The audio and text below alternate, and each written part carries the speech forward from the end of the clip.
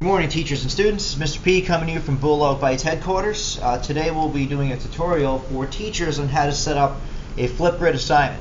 For teachers that aren't aware of what Flipgrid is, it's a fairly new technology, especially new for Sullivan West, where students are able to use their devices, whether it's a cell phone, iPad, tablet, or laptop with a webcam, and they can actively engage in class. So it is kind of a cool thing to change things up and give students an opportunity to use something that they're probably already really good at, which is their devices.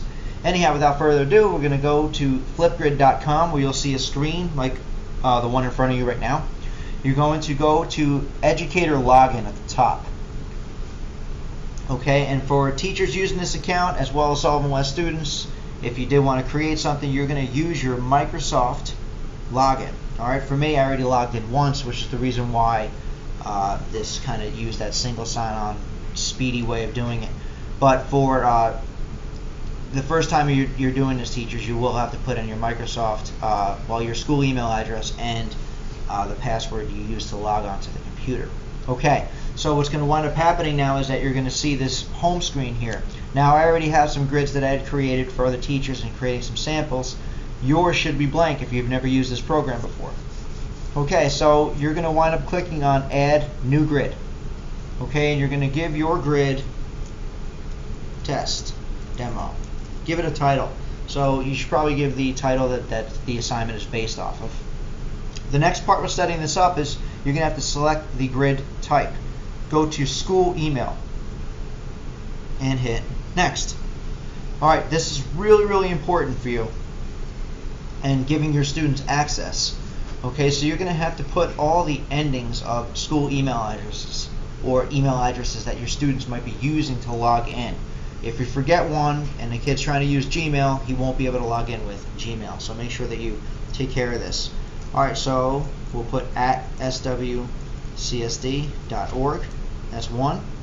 And then we'll do at on Microsoft.swcsd.com. We'll do at gmail.com and at yahoo.com.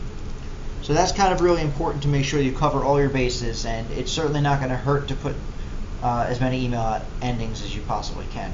Alright, after you've done so, you're going to click Next, and this guy's ready to party. So there's going to be your Flipgrid code. You'll have this all over the place, so you don't have to worry about copying it now. But if you can focus on the flipgrid.com, really the slash, it's going to be your last name with a 4-digit number. So my flip code would be Parisi7751. And the students will need that to access your specific assignment. Alright, for teachers now, we're going to click on All Set. Okay, so now this is what your test demo assignment is going to look like, and you do have a lot of flexibility to change things up and kind of customize it. You see, I think that looks like a leave. If we really wanted to change that, we can by just scrolling down, and you can click on a different. This is kind of cool. All right, so we'll click update grid rather.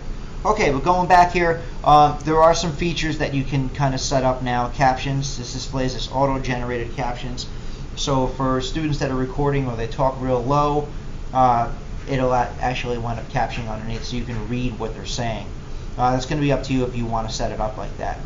You can allow grid followers. You can be notified every time a student posts a new grid assignment. Okay, and after you set this up, we're going to update grid. Okay, so now it's defined by this elephant. So especially if you have a lot of classes, this could be a defining way of identifying this assignment for that class. Okay, going down here where it says Introductions. If I want to see the student view, I will click on View. Okay, where they'll be logging in again. And this is what it will look like for the students. So they'll see this assignment here. Right next to this picture will be the actual description of your assignment, and I'll show you how to edit that in a minute. And right here will be this plus sign where students are going to press the plus, and that's going to bring them to, it's going to ask for some permissions to connect to their cell phone or device, and that's going to allow them to record their video response. Okay, going back up to Flipgrid, still sticking with the bottom toolbar where it says introductions, you're going to go down to actions. And click on edit topic, and it's going to bring you here where you can actually give your assignment a title. You can decide how long your videos could be max. So that's kind of an important thing. If you want to keep it short, you can keep it short with 1 minute and 30 seconds, or you can go under. Or if it's an elaborate assignment where it's going to really kind of take some synthesis and analysis, you can push it all the way up to 5 minutes. That's going to be your choice. Okay, in this part over here, okay, this is where you actually write your assignment in, and I'll show you one that had been set up, a teacher that did a really nice job, and that's Mrs. Norton for an assignment she did with Hiroshima. Okay, so clicking down here, alright, topic tip, add a tip to help students best answer. So this will be kind of something where you're going to say, hey, focus on the foreshadowing, or focus on the setting of the story. That's going to kind of help your students stay a little more focused and do the assignment in the way that you might have had in mind. Okay, so for the link, you can put a YouTube clip, as Miss Norton did in her video, which I'll show you. The kids had to watch a clip, she gave it a title, and they had to respond to the clip with their personal feelings about the videos that they saw. Okay, topic status here.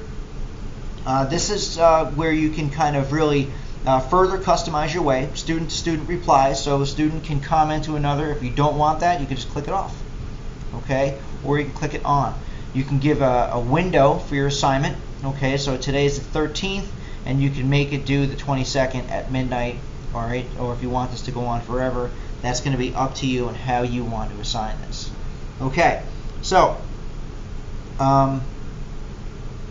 going down here, you can allow likes, you can allow attachment of documents and things like that. Again, it's going to be really kind of catered to specifically what you guys had in mind, but there is a lot of possibilities.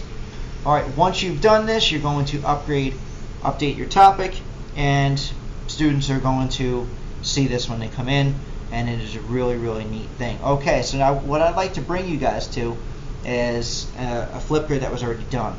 Alright, and this was Miss Norton's assignment, which I referred to earlier on. Okay, so we can click here, and we can see she's had 42 videos, 5,221 views, and approximately 43.8 hours of engagement, which is really awesome. But this is again how students kind of learn. Alright, so we can look at the assignment. Again, we'll wind up logging in, and it's going to show us what this assignment looks like. And now you get to see the grid. Okay, you get to see what students, what selfie they wind up putting up of themselves, and then you can wind up clicking to see their response. For instance, we'll click on Sophia's.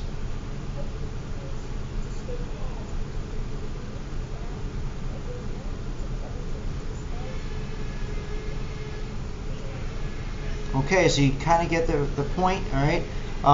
And you can click on other students, and just to kind of get their personal responses, and it is a really neat thing. It's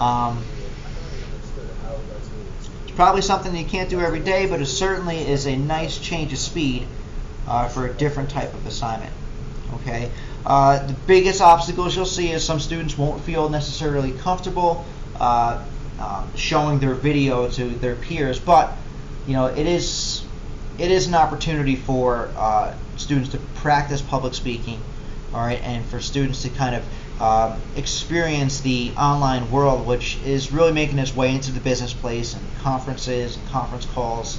So there are ways that you can justify this assignment and help alleviate some of the students' fears by letting them know that this is very well something that could be seen in the near future. That about wraps today's session up. As always, if you have any questions, please don't hesitate to contact us up here.